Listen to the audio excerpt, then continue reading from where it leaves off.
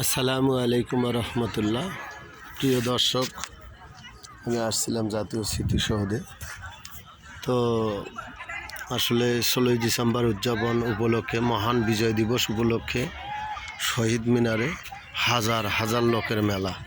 এত সুন্দর, কি বলবো আপনাদেরকে, প্রচুর পরিমাণ লোকের শেষ নেই।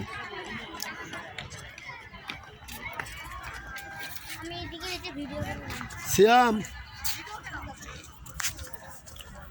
এত সুন্দর পরিবেশ, সাজানো গোছানো। আসলে প্রধান উপদেষ্টারা ওনারা আসছিলেন, ডক্টর ইউনূস আসছিলেন, নোবেল বিজয়ী যারা বর্তমানে দেশের দায়িত্বে আছেন তারা আসছিলেন, যার জন্যই খুব সুন্দর করে সাজানো গোছানো। তো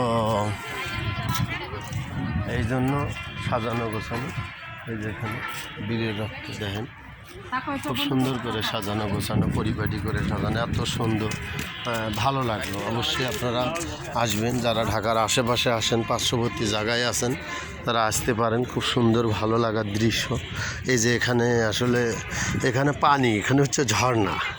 তো এটা তো আসলে যে কোনো অনুষ্ঠান ছাড়া এগুলো করা হয় না, সাধারণ মানুষের জন্য এগুলো করা হয় না, কিন্তু এগুলো যখন অনুষ্ঠান হয় বা কেউ আসে তাদের জন্য আর কি, এটা পানি ছাড়লে ঝর্ণার মতো পানিটা একেবারে চতুর্থ সাইডে এত সুন্দর দেখার মতো একটা দৃশ্য হয়।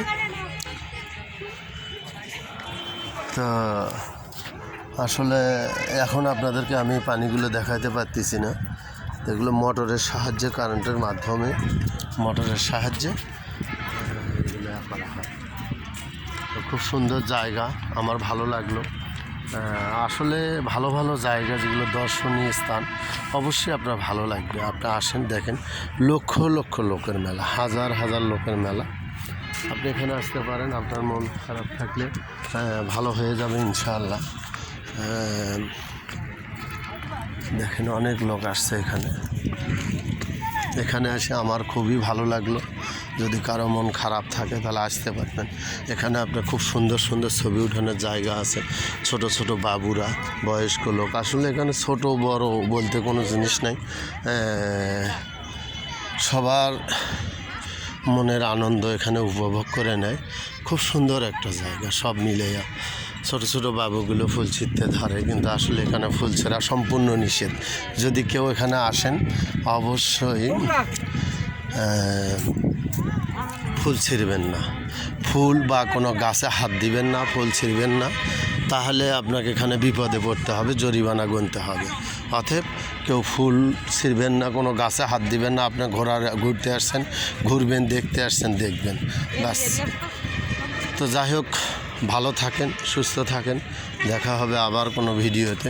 সে পর্যন্তই অবশ্যই কোথাও যাওয়ার সময় নিরাপদে পথ চলবেন ইনশাআল্লাহ। আসসালামু আলাইকুম রহমতুল্লাহ।